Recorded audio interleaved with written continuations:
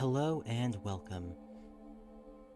As you know, Halloween is soon upon us, and a major staple to the holiday is the carving of the jack-o'-lantern. But what started this tradition?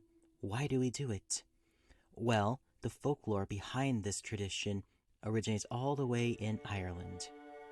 And believe it or not, the first vegetable to be carved was a turnip. So let's go ahead and explore the story behind this iconic Halloween decoration.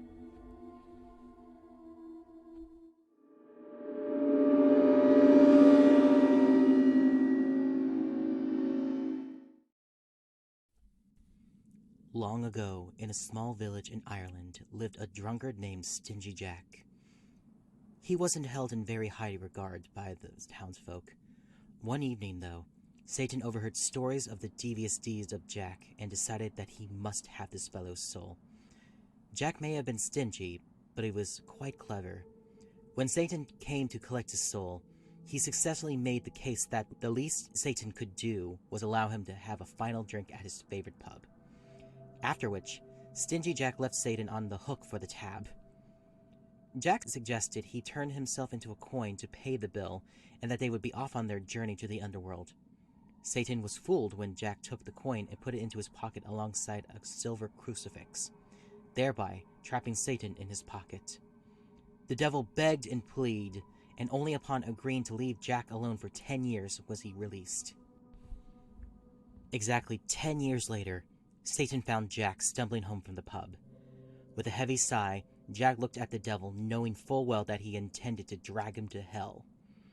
Jack made the request of Satan to climb up a nearby apple tree to get him a final snack before journey southbound.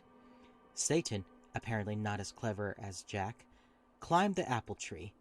While Satan was climbing the tree, Jack carved a cross into the trunk, thereby trapping Satan up the tree. The devil begged and pleaded, and only upon agreeing to never take Jack's soul to hell was he released. Many years later, when Stingy Jack took his last breath and died, St. Peter refused him entrance into heaven for all his evil deeds. Satan refused him entrance to hell due to their contract. In one final parting gift, Satan gave Jack an ember ablaze with hellfire. Alas, Jack was stuck roaming the earth with only a carved turnip glowing with hellfire to light his way. When Stingy Jack ceased to be, Jack of the Lantern began.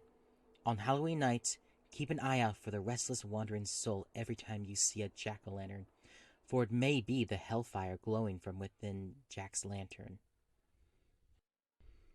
While the first jack-o'-lantern was a turnip, as the years went by, we discovered that pumpkins were a lot easier to carve out than a turnip. So that is why we carve jack-o'-lanterns. And if you want to ward off evil spirits such as Stingy Jack or Jack of the Lantern, be sure to carve a jack-o'-lantern by Halloween. And with that, I wish you all a good night.